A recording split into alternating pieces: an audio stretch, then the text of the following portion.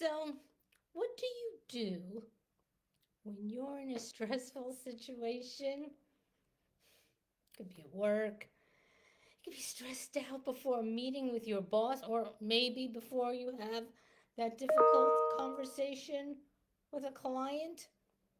You could find yourself in a medical situation, either yours or someone you love. Been there recently. Heart is racing. You just have that uncomfortable feeling all over yourself. You don't know what to do with your hands. You might be feeling a little overwhelmed by the situation. You have that pain in your neck, shoulders, and back. If you're at work and you're on your computer a lot and you're feeling stressed, that easily could be. So, what do you do when you find yourself in that kind of a situation? Well, people will try, and I've done it too. I'm here to tell you it's pretty common. Most people will just try to tough it through and pray that the situation is over quickly and they come out unscathed. So if you're with your boss, yeah, you're like, oh, please, right? You've been there with me. Depending on the situation that you're in, may start pacing. You may start wringing your hands, twiddling your thumbs. Depending on your personality, you may take some sort of protective posture, rounding over, protecting your heart. Most people will do that, but I'm going to suggest something else. Instead of doing that, and again, we've all done it. I've done it. I did it a couple of days ago when I was in a super stressful situation. But there are better ways. And I'm going to break it down for you right now. So if you're in this stressful situation, you could consider some mindful breathing. And I've got plenty of techniques I could show you how to do that. There's discrete muscle relaxation where you tense and release each muscle in the body. And you could do that without anybody noticing. So if you're in a doctor's office, you don't want to be stretching out your body. You want to be doing something subtle. That's something you could do. Or in an office where people look at you kind of funny. Who among us have been in offices like that? You could do that. You could also just mindfully observe your area, your situation. That brings you out of your head, into your body, and into the present moment. But what happens if whatever you're doing just isn't working? It happens sometimes, right? It happens. So, what do you do then? Well, sometimes the best you could do in those kind of situations are the best that you could do. There was really nothing else. You just kind of navigate through it the best that you can until you're out of that situation.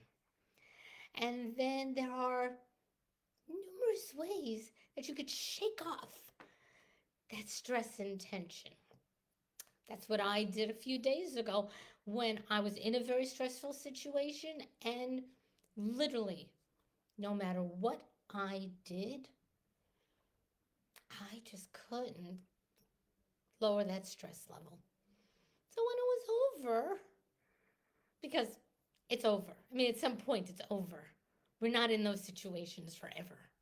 So when this situation is over, you're finished meeting with that boss that makes you anxious just thinking about him or her, or you're finished with that client's call, or you're finished with that medical appointment or that medical situation, and you can shake it off. So, few things that you can do. One, get outdoors, feel the sun on your body, your face, and your hair. Maybe go into nature if you're nearby, go into a park. I happen to live in the city, so nature's at a premium. So, find some place that you find beautiful and walk there. You can literally shake it off. You like just shake out your body, stomp your feet, pretend you're a 5-year-old.